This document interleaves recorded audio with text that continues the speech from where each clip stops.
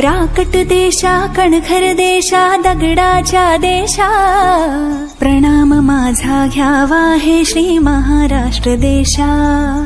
भीमा वरदा कृष्ण कोयना भद्रा गोदावरी एकपणाचे भरती पाणी मातीच्या घागरी। योग्यांची अन संतांची भक्तांची माळकऱ्यांची ही देवदेश अन धर्मासाठी प्राण वेचणाऱ्यांची।